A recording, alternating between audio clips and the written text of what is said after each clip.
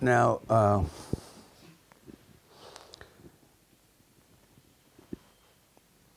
Sri Guru and also Maheshwarnath Babaji taught me the Sri Vidya along with the Kriya, which is a mantra used for the Devi. It has only sounds, it doesn't have words. I usually don't initiate people into the mantra,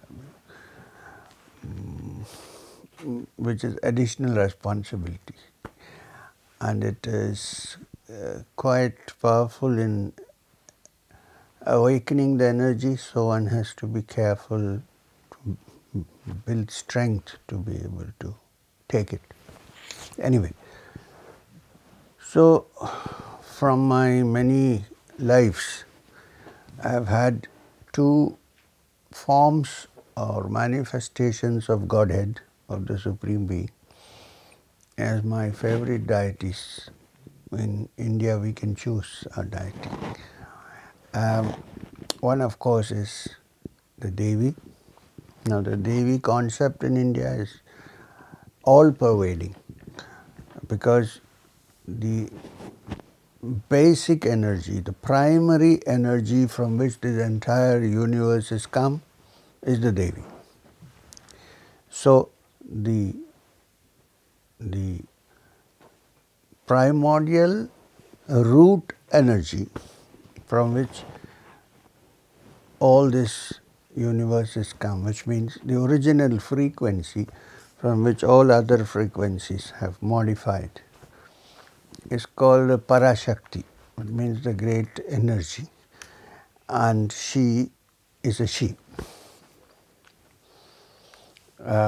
It's a feminine energy like the Kundalini. And the deity is the Devi in many forms. But the concept of the Devi is generally classified into 10 important manifestations. They are called the Dasha Mahavidyas. That means the 10 great Vidyas, knowledge. The first, of course, is the terrible looking deity called Bhadrakali, who Ramakrishna worshipped.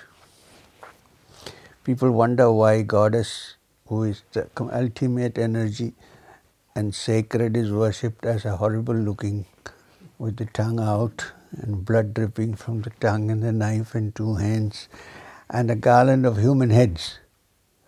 People wonder, why are you worshipping this? Because this is the reality of life. Life is not all soft and wonderful. It has many terrible aspects to it. So this goddess identifies with all the aspects of creation, good, bad, cruel, kind, everything.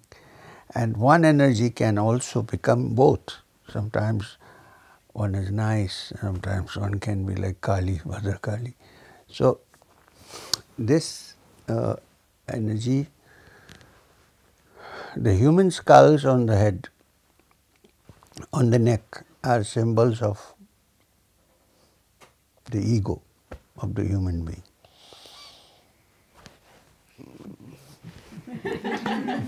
Take it, I don't want it, give it to the Devi, make it one of the things on the garland on her neck. It's not actually cutting your head, I mean it's like cutting your ego and saying, take it, I don't want this. So this is Kali, and she is usually depicted as dancing on Shiva's chest, and this poor Shiva is lying down like this with his eyes closed, and she is with one foot on the chest, with the other foot lifted up. Dangerous looking deity. Then, now such deities, such representations of energy are called Ghora Devtas, which means terrible, ferocious energies. In Buddhist teachings, also in the Vajrayana, there are these ferocious deities.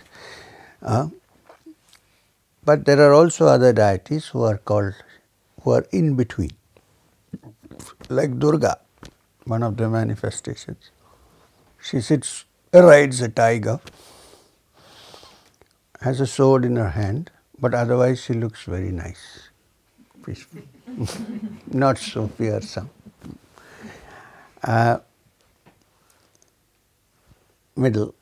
Then there is the other extreme, they are called Shanta Devtas. That means the aspect of Devi which is peaceful and nice and beautiful, also Kama Rupa, which means of the nature of desire. So usually represented as beautiful, so that one desires for it. Beautiful in form, with eyes like a fish, Meenakshi's, and all other paraphernalia.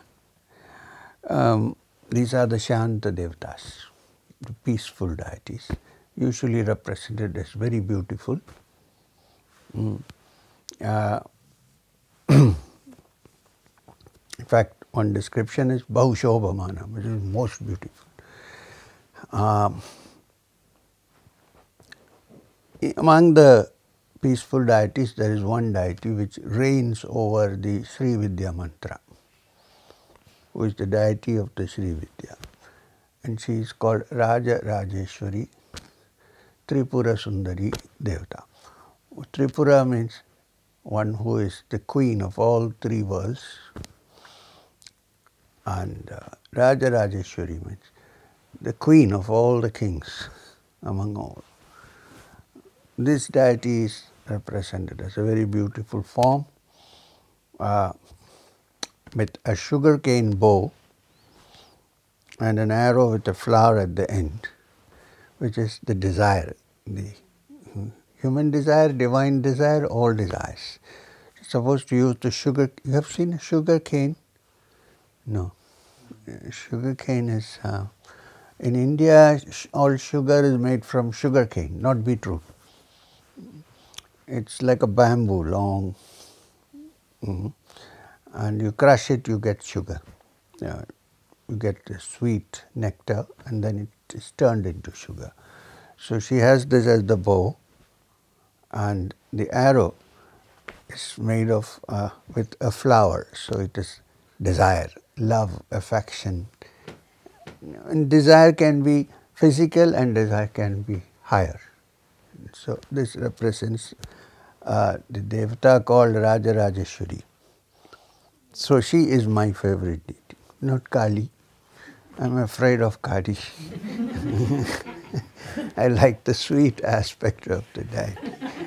And she is usually said to be red in color. Red is the color of blood, of desire, of energy. So the only thing that is little bit powerful that you see in her is the red color. There she shares with Kali, whose mouth is dripping with blood. So this is my Devata, my favorite, and she's supposed to be dark with red cheeks. And she sits on a red flower, crimson red flower. So wearing anklets and all that. So this is the Devata I like. It's also the Devata of the Sri Vidya mantra, which is used in one particular lineage to awaken the Kundalini and the energies. Now on the other hand, I also have my favorite deity as Krishna. It keeps moving up and down. Krishna, because I have had some past life connections in this respect. And because I have seen somebody called Krishna at that time, so that link is there. I also like Krishna because he is a master strategist. He never does anything, he just stands like that and smiles, and things happen on their own. If you read the Mahabharata, you will see Krishna. And also, he is dark. He is not fair, he is dark. The word Krishna in Sanskrit means dark. White is called Shukla. Krishna is dark, so he is a dark god, and who is very mischievous. So there are many stories about Krishna.